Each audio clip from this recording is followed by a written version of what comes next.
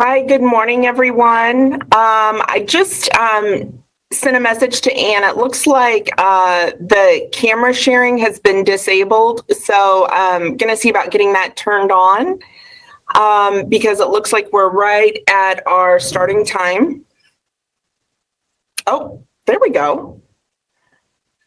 It's nice to see folks. Good morning. Thank you, Anne, for turning that on. Wanted to welcome everyone to the Recovery Committee meeting today.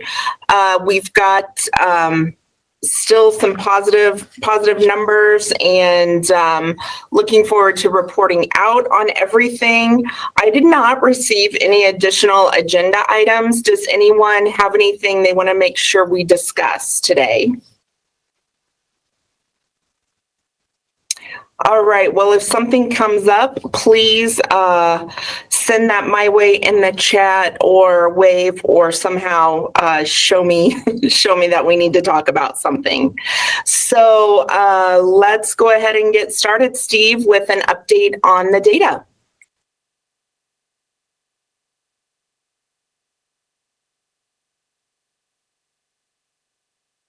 You're muted, Steve.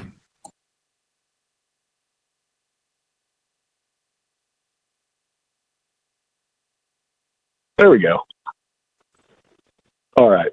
Sorry about that. Yeah, so for the week of March 7th through 13th, we had 450 new cases. It's a slight uptick. We had 389 the previous week.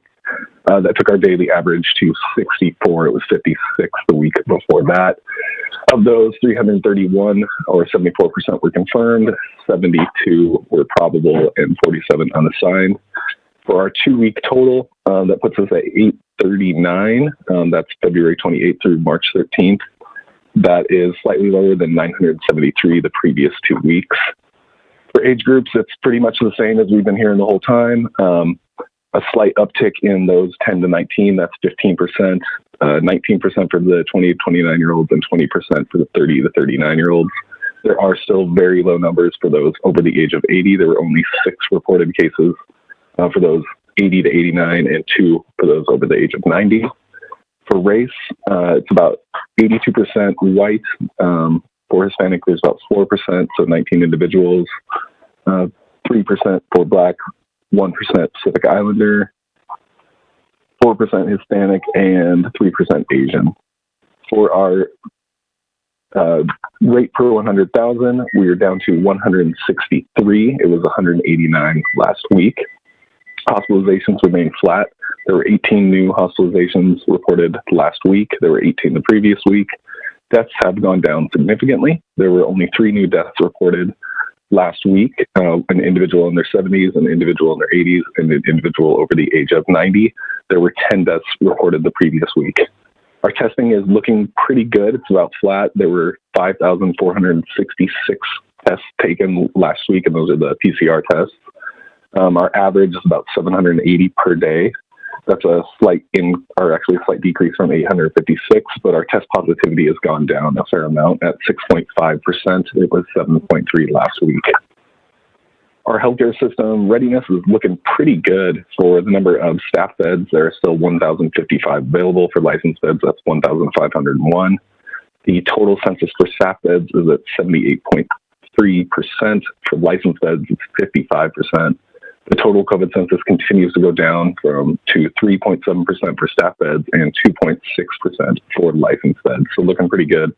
And any of the drive-in numbers doesn't seem to be related to COVID. Vaccinations are really going strong in Spokane County. As of March 10th, we have given 157,052 total doses. That accounts for 97,729 individuals, so 19% of the population. And of that, 11% are fully vaccinated. So 2 doses or 1 of the Johnson & Johnson if they got that. For our case and contact metrics, pretty much the same. We investigated 273 in-person cases by our staff here last week, and we reached 61% within 24 hours. The isolation facility continues to be an option for folks who need that service. At the moment, the hotel facility census was at 9, so about 25%. And the Immaculate Retreat census was at 12, so 20%. Our business technical advisors continue to work with businesses in the community. For total consultations between May 27th of last year and March 14th, there were 6,517. They completed 78 in the previous week. Unemployment insurance claims seem to continue to go down quite a bit. For February 28th to March 6th, there were 814 new claims for unemployment insurance. The industries impacted most are administrative and support services, food services and drinking places, and specialty trade contractors.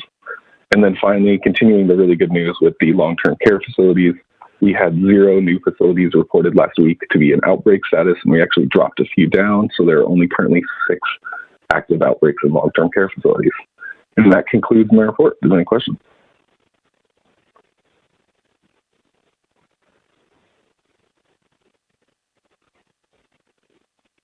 Any questions for Steve on the data?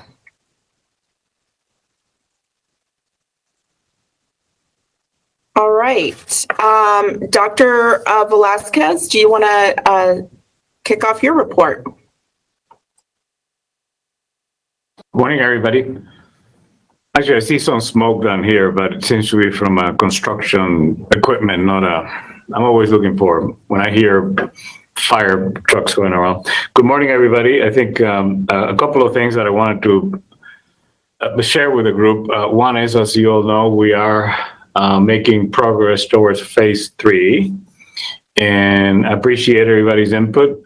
We had some very animated discussions in the small work group that I was part of as we looked at all of the metrics, and the goal was to be, of course, keep everybody safe, but be practical and also try to preserve many of the gains we've made with education, et cetera, which is why the numbers that came out are fairly reasonable within the context of everything we've seen.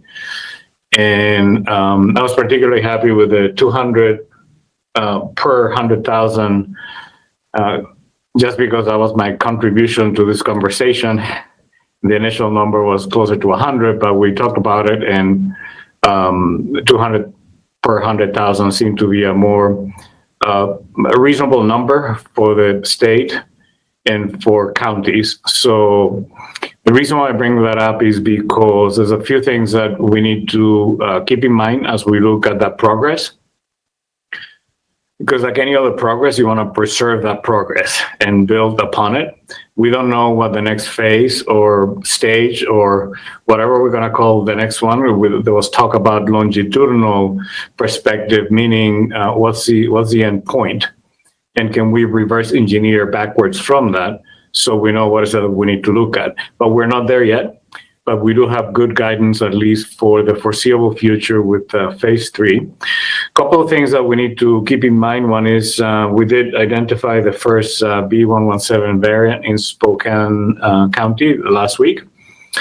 It was a matter of time. It is not a cause for alarm. It's mainly a time to be aware.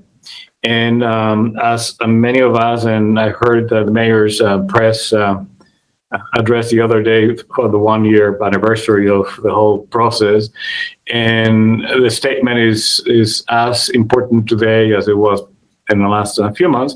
Let's just make sure that we're diligent with the public health guidance, because the way these viruses transmit is the same person to person. There's no magic there. So the best way to prevent this variants from taking a hold is to deny them the host by following the public health guidance to the best of our ability and immunizing as many people as we can. Yesterday, the so-called South African variant, the 1351, was identified in Yakima, which is our neighbor, a little bit further from where we are. So again, it's just a matter of time before we see more of these variants in not only in the state, but also probably in the county. Once they're somewhere geographically, they tend to double over 10 days, so they move fairly fast. So the good news is it took us a while to get there, and now the goal is to prevent that from really taking making a stronghold in Spokane. That's kind of like the goal.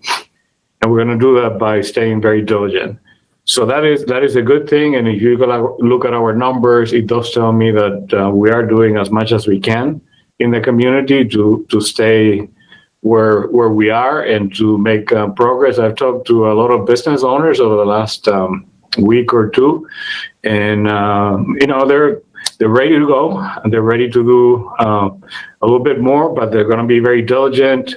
We know because we've advised a lot of them, and they're trying to do their best to make sure that we stay safe. So that is the kind of like the context of the good news is good news, but it's good news with a caveat, which is we need to remain diligent as you've heard before, but now probably more than ever.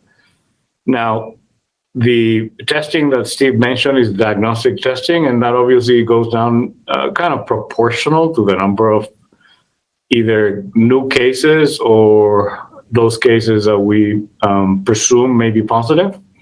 But on the other hand, as keeping with our strategy, we've been deploying more deployable testing.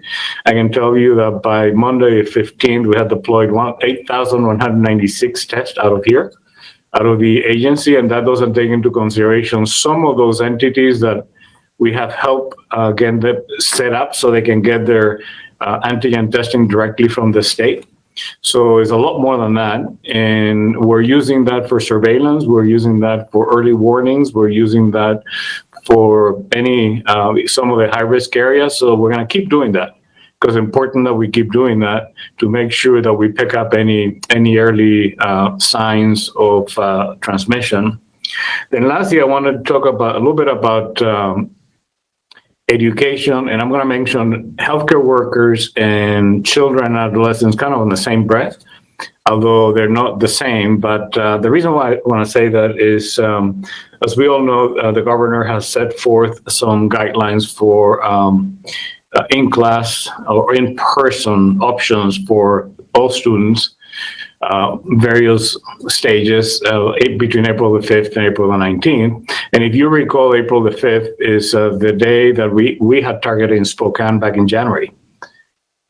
Based on our progression. So our forecast were pretty much right on target to the day, actually, which is quite remarkable because that was our day for having the in-person option for most, if not all grades up to 12. And I know many schools have already progressed to that and will probably be done by April the 5th and give or take, if not a little bit later.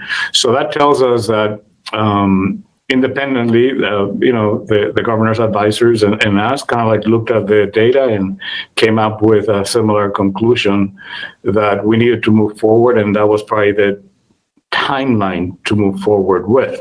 So that is good because when we did that way back in January, it was a forecast, and forecasts are never 100%, but it does confirm the fact that we were looking at the data correctly, and more importantly, that our partners are doing everything that needs to be done to make sure that we can move forward and continue to move forward. Our partners in education, et cetera, as we mentioned before. But there's a couple of things that I wanted to bring up because the governor did mention mental health and behavioral issues in children and adolescents. And I just want to share with you a couple of studies, highlights of a couple of studies that I've been reviewing over the last week or so. It was a study that did a meta-analysis of healthcare workers. And the funny thing is when they talk about healthcare workers, and they looked at almost 98,000 healthcare workers in 21 countries, including the US. They did not include public health in that, which I was puzzled because we're frontline, but we tend to get lost in the shuffle because when you say healthcare, typically people think about the hands-on, putting hands on the patient, although we do that, but we don't do that as much as our partners. But basically, the reason why I bring that up is because the findings were in some ways very consistent with the findings we have in children and young adolescents in terms of anxiety, stress, depression, and a number of other things that we're seeing in healthcare workers, which is taking a toll and has taken a toll. And I can tell you, our staff, we keep lifting each other up because it's been a long haul. And it's been a long haul. I want to acknowledge not only for healthcare workers and public health, but also for all of us. And it doesn't matter where you work. I'm sure that our government partners feel the same way because they've been up there too, and our transportation partners and so on and so forth. So I wanted to point that out because it's one of the things that we're going to have to deal with as we go forward.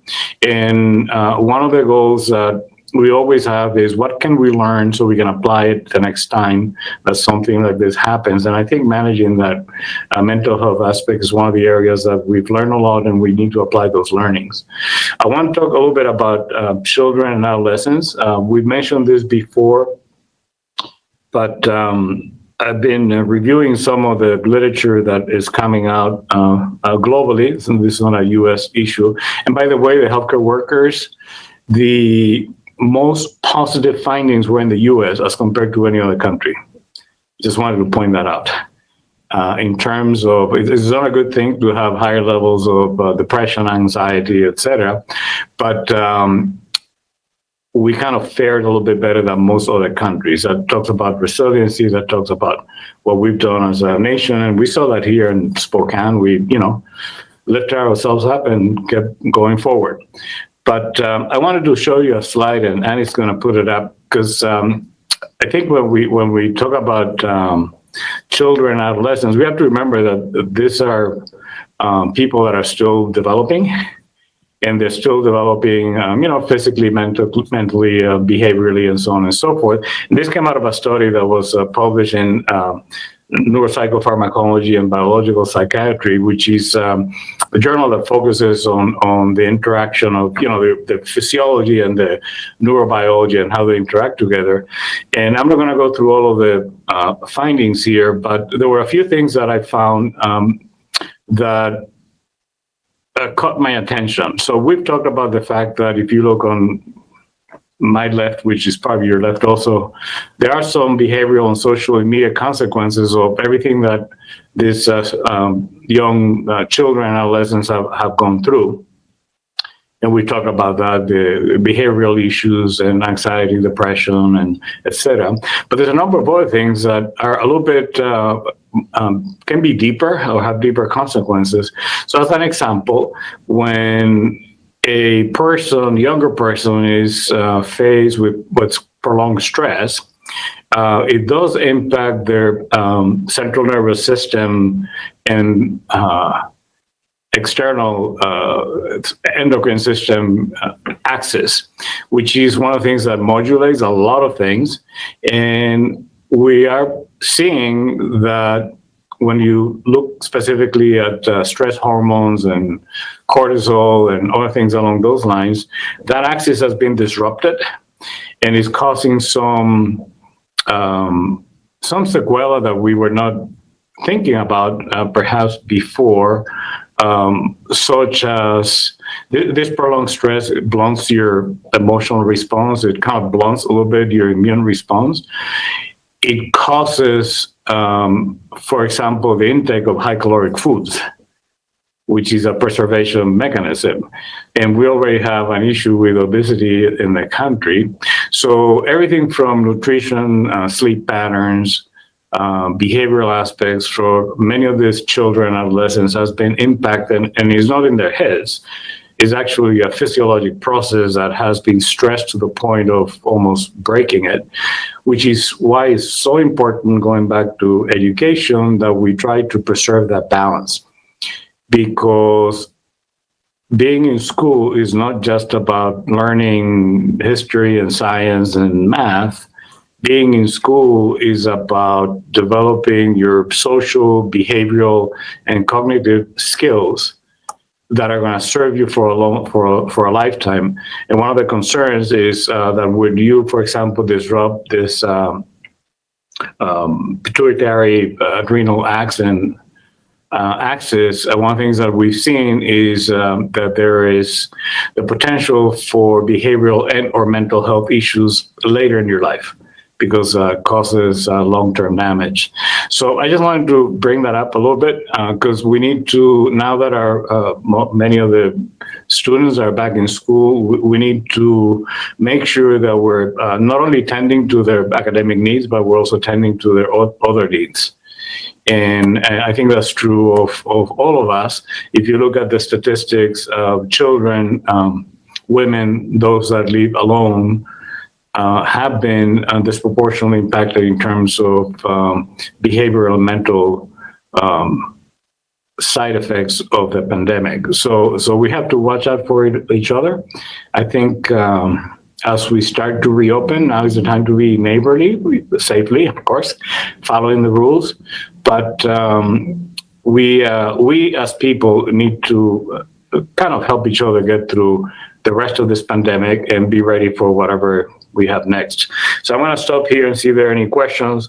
A little bit of philosophical today, but I've been reviewing some of the data, particularly in children and adolescents, and also trying to learn as much as we can the impact on those of us that work in healthcare and public health, so we can take care of our teams and take care of our partners and make sure that we'll do well going forward. Because it's been a long haul and we still have a ways to go, but we certainly, that light at the end of the tunnel gets brighter every day. And I had to put my blinds on because I was totally blinded, actually by the sun, not the light at the end of the tunnel, but by the sun, which is a great thing to do. And I'm gonna end on that note. Sun has extremely positive physiologic effects on human beings. So if you can, put sunscreen, go out, take a walk, and enjoy the sun as much as you can. I spent several hours this weekend outside, cleaning whatever I could just to be outside. Not because there was any particular need for it, but it was just good to be out there. And I saw all the neighbors walking with their dogs, and you chat, and it makes you feel good. So take care of your friends, take care of your family, take care of your neighbors, and I'm going to stop here, see if there are any questions. Thank you. Any questions for Dr. Velasquez? I know yesterday we had a visit here at the Health District from Congresswoman McMorris Rogers, and that was one of the things we definitely talked about in our roundtable was the importance of resiliency and taking care of mental health concerns, not just in the community, but also for our teams, which is so important. So good thoughts this morning, Dr. Velasquez. Lindia, general updates.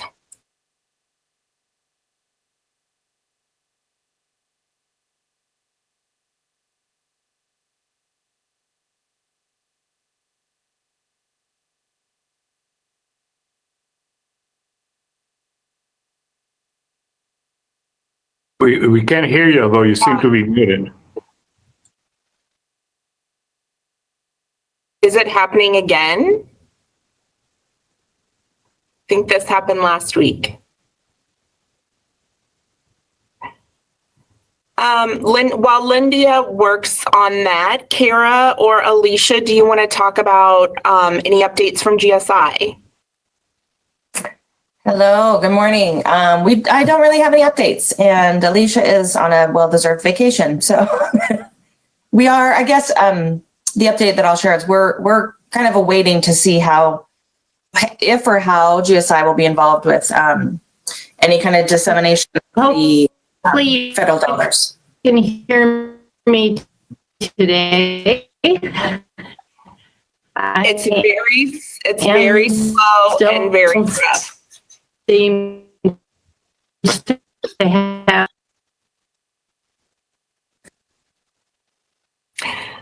Okay, it looks like she's maybe getting ready to come downstairs to another computer. So sorry, I think, Kara, what you had just mentioned is that you're awaiting to see if GSI will be involved in the disbursement of additional COVID funding, similar to what happened with the first round of CARES funding in 2020. Correct.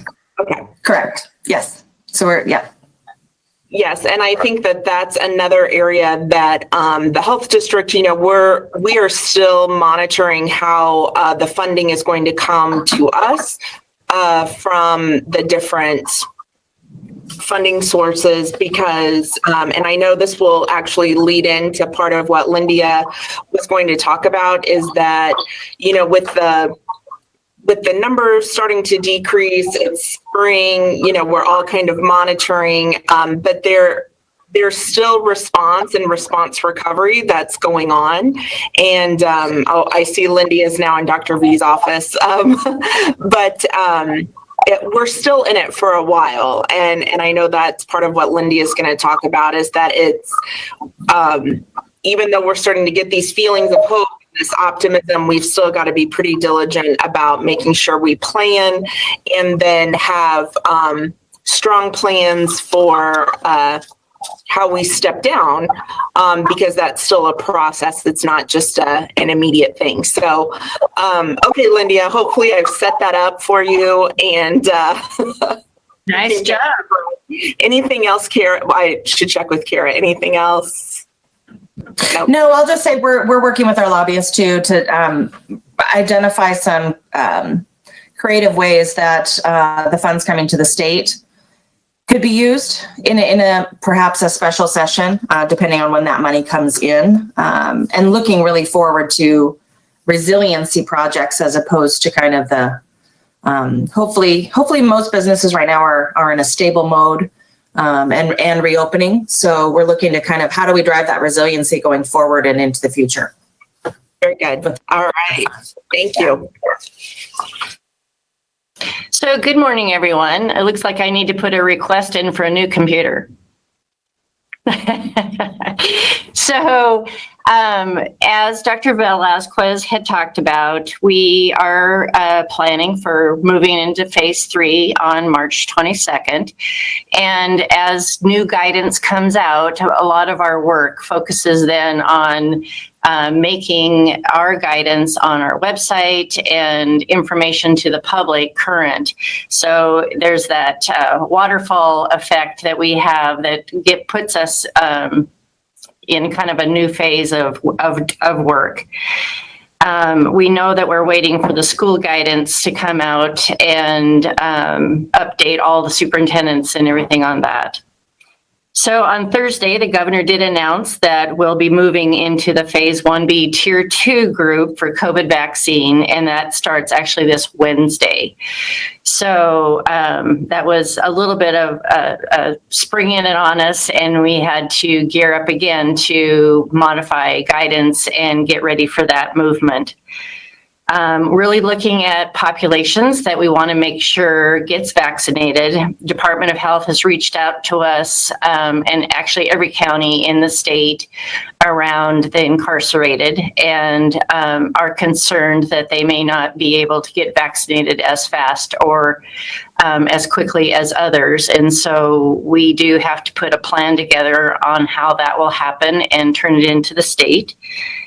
The vaccine will be now allocated in a 3-week rolling period, which is really great for us. It really helps our planning, and we don't have to plan something and then reel it back because we don't have the vaccine, but we can be assured that we're going to be getting it, and so those plans can go forward. About 2/3 of the requests for the vaccine did get met this week, which is great, and they're more primary doses, not just secondary doses. And the Department of Health did receive about 8,400 doses of the Johnson & Johnson vaccine. So they're directing that a lot to rural areas, populations that we may not be able to get back for a second dose, and those type of situations. Also last week, President Joe Biden did direct states to make everyone eligible for the vaccine by May 1st. And actually, to be honest, we're excited for that because it'll make it so much easier, and we can just get that vaccine out, and there won't be all of this qualifications and eligibility issues to be worried about. And then the Centers for Medicare and Medicaid Services did make a new statement, and we are implementing their guidance for long-term care facilities that visitors can go inside these facilities to see the residents, whether or not the residents have been vaccinated. And we're waiting for Governor Inslee's proclamation and the guidance to come down from the state before we roll it out here. But I know a lot of people are excited about that they can actually see their mother and father and people inside those facilities now. So that is good news. And that also falls with what Dr. Velazquez was talking about, where we're not seeing the outbreaks anymore because people are vaccinated in those facilities. So that is really exciting news. So as these focus on disease and vaccinations, we do know that eventually we will be in this recovery stage. And actually, there's a lot of work to be, we have a lot of work ahead of us to think about recovery and resiliency. And what does that mean for our community? So we know that a lot of the measures are going to stay in place for a long time, but we also know that as we open up, we have to really figure out what does that mean for our community and what are the barriers and implications of that. Right now, we're looking at, what does it mean to open our building back up to the public, and what do we have to consider there? Bringing our staff back into the building, and what are the safety measures that we'll have to continue? Really looking at lessons learned from this pandemic and thinking about how does that impact our work going forward. So our own agency thinking about strategic planning and priorities and, what is our current programming and how should we possibly change that or do things differently because of what we've learned.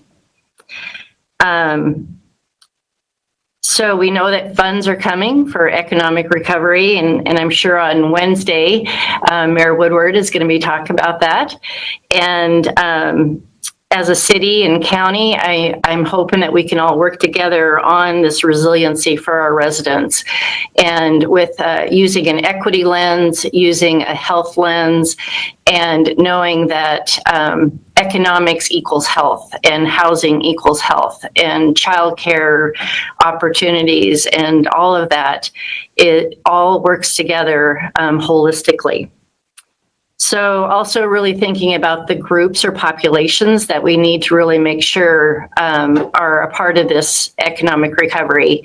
And we do our outreach to them and really think through what they may need, maybe more than what the general population needs or others need, and to really think that through. So I look forward to this part. This is the public health in me that really gets excited about improving health in the community and working with our partners. So that's it. That's all I have. Thank you, Lindia. Any questions or discussions related to the recovery and resiliency phase?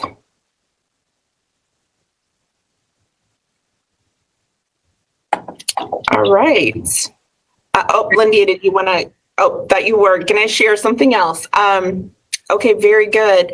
Any other discussion items for this group?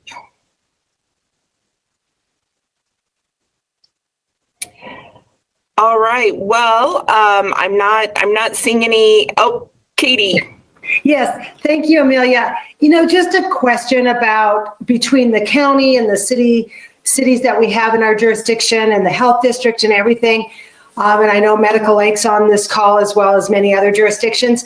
I'm just curious if we could put together a strategy where all governmental businesses or all governmental buildings have certain protocols that we're trying to achieve as we start opening up and bringing our employees back into our buildings. Just a thought.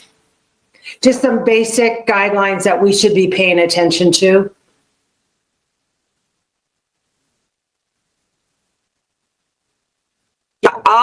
I can defer to other city leaders who are on the call about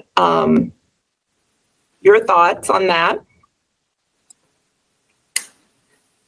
Katie, are you looking for kind of a unified, like one office does it open to the public and some of our other friends, are still closed or restrictive? You're looking for some consistency, that maybe guidance from the health district that maybe says, hey, when you guys decide to start reopening, this is some suggestions that we have, that how you would do those things, so we're all doing, kind of singing off the same page of music. Is that what I'm hearing? Jerry, that's right. I think that our employees are going to be asking us, how come we're open and such a business or county or city is not open? How come, this is something that whether it's building permits, I'm not talking about field crews or PD. I'm just talking about, government business, public meetings, those kinds of things. But you're right. I guess it would be concerning to me as if some jurisdictions were much more, I'll say, aggressive than others. And it would be good if we had kind of a common sheet of music.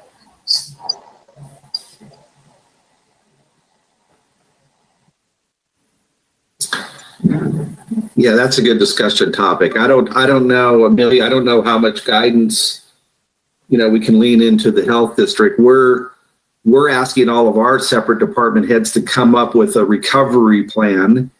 Mm-hmm. For instance, some of them might say, we're planning on bringing all of our people back.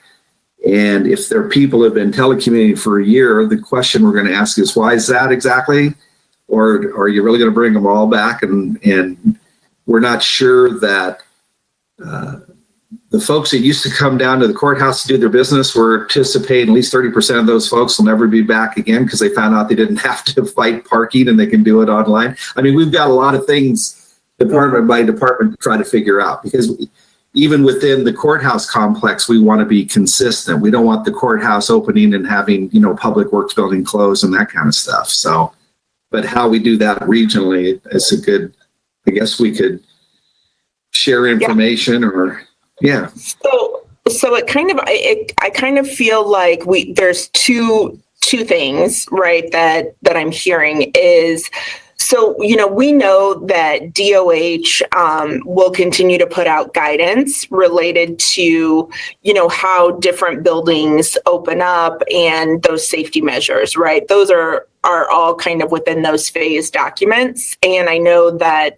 the health district would support what the state puts out in terms of the guidance.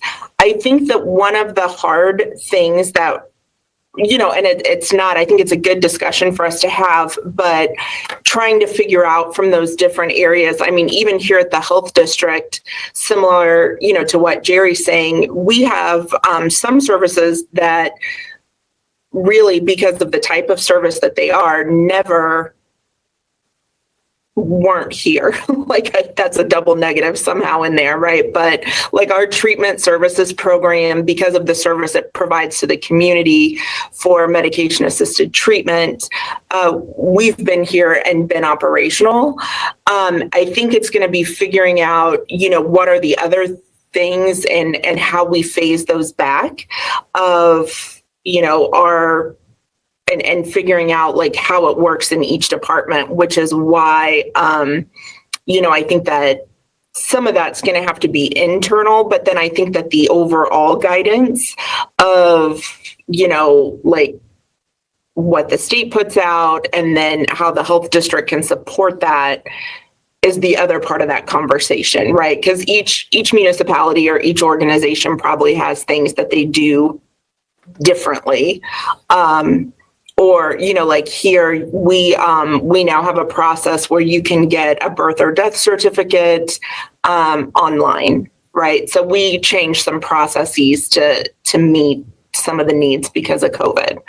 So, Katie, is this maybe something that we want to look at next week, like to add to the discussion to think through? I mean, we could probably have some of the business technical advisors, or maybe Ray, I think Ray's on here right now, but maybe have some of them available to answer questions or provide guidance to the group. Amelia, I think I'm good now. I think what I'm hearing is the ability to be flexible and adaptable. And really, if people don't have to be at work and they can do their job remotely, then that's kind of a long-term organizational decision. There's kind of two parts that I did maybe want to ask that maybe for follow-up for next week is public meetings. Though we can manage, our council, et cetera, it's very difficult for us to manage public and all of those kinds of things. So it's the public meeting piece. And then also vaccinations. It would be good for us if we knew that the health district is recommending that those people that do come back into the county courthouse or into city halls are vaccinated or not, or is that not something is that a path we should not cross?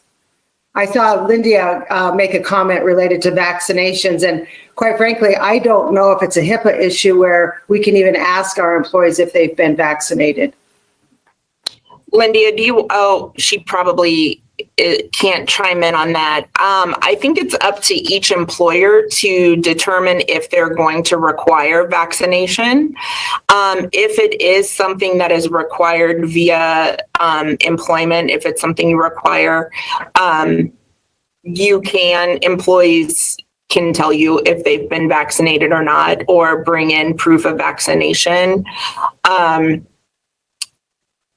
Like a lot of hospitals and healthcare systems, they have vaccination requirements for their staff and medical workers, like requiring a flu shot. Oh, and then Linda put in there, yes, as an agency, you can choose or not to choose. It's up to each agency. If you have a union, if you have employees represented by a union, I would highly recommend pulling them into the conversation about the vaccination requirement, if that's a road you choose to go down. Okay, thank you. Well, I think, Amelia, there's even another issue, especially for smaller municipalities, is what if your employee says, I'm not comfortable waiting on the public, being at the front counter. I think there's a lot of things to think about before opening buildings up to the public, not to bring your employees back if that's what you did. We were very fortunate at the city of Medic Lake in that we were able to keep everybody working this whole time. So we've been very fortunate, but I think there's a whole slew of questions that have to be answered. And my fear is that Governor Inslee is just going to say government buildings are now open without really hearing and thinking about some of the implications. Like I said, you could have your whole staff say, I'm not comfortable. And then what do? Have to make reasonable accommodations, or I'm not sure what you do. For us, the only real reason people need to come into this building, and they don't even need to do that, is recreation. I think this year-long thing we've gone through has taught us what really can be done online. People really come into public buildings almost as a habit, it seems like. So it'll be interesting to see how many people actually come back and pay their bills in person instead of online and those things. Council meetings, you've got to have the space. You've got to be able to space people out, and then you have to have a sound system and all those things. And I think we're still going to be required to offer virtual meetings as well, I think I read. So it doesn't help with the answer to the question, but I think each individual municipality is going to have to make some decisions on their own on when to open up, how to open up. Again, my fear is not having any staff who wants to work our front counter. So it'll be interesting. Yeah, I think that's a good point, Doug, that, it is definitely going to come down to, what each agency, what each city and the staff, right, that we rely on, that we utilize to work at our front desk in some of those public spaces. Maybe what makes sense for this group is, what if we kind of chunk apart the things that we know all of us would be faced with, like the public meetings? Like, what if we took that as a topic for next week and included that on the agenda to talk about, like to specifically talk about one thing, knowing that each agency or municipality is going to have to kind of have some of their own plans. But we all know that public meetings are something that we all are required to do and figuring out how to do that. So if that's agreeable to the group, I'll add that as an agenda item for next week, and we can pull here at the health district the most up-to-date information and kind of talk through that. Does that sound good? I think so. In some sort of messaging back to the governor's office that, look, don't just open things up without, there's many things to think about before we just start sending people back to public meetings and back into public buildings. And like I said, my biggest fear is that, Thursday there'll be a press conference that says public buildings are open, and we're not sure how we're going to pull that off or something like that. Right.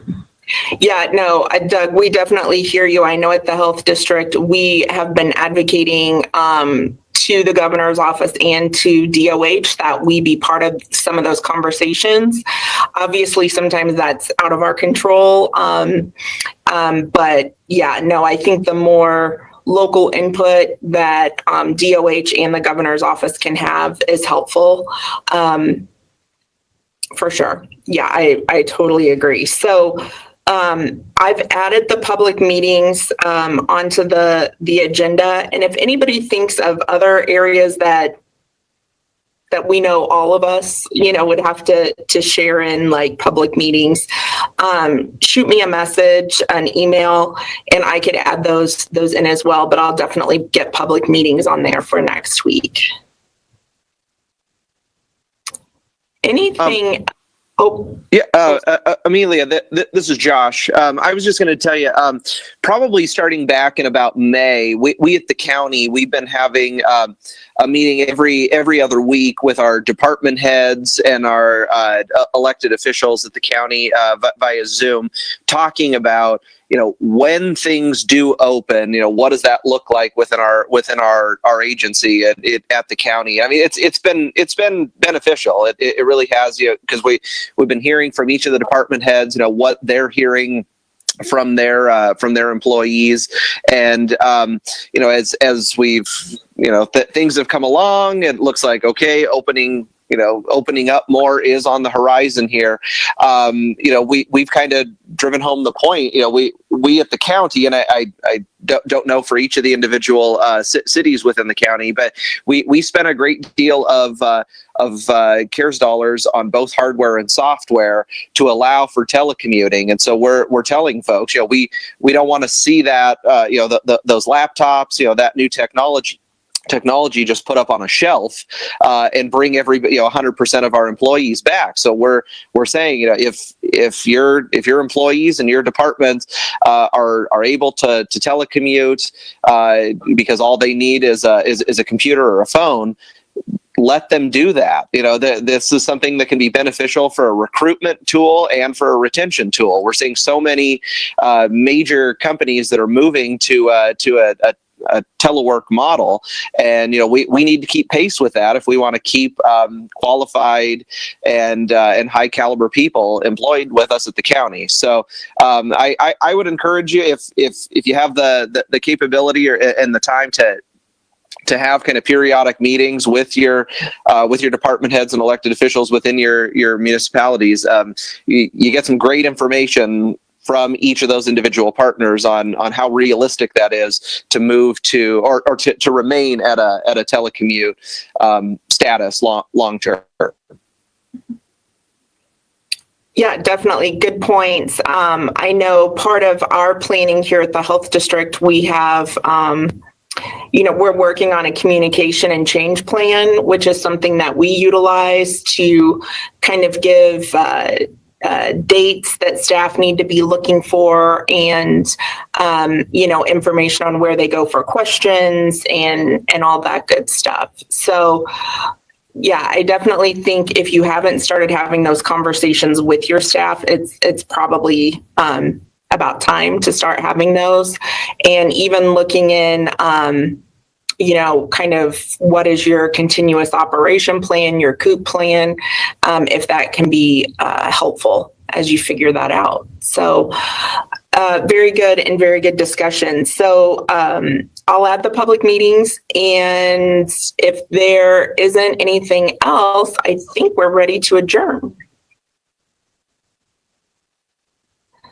All right, very good. Well, we will see everyone back here next week at the same time. So enjoy that sunshine. It's going to be a beautiful day. So take care. Bye-bye.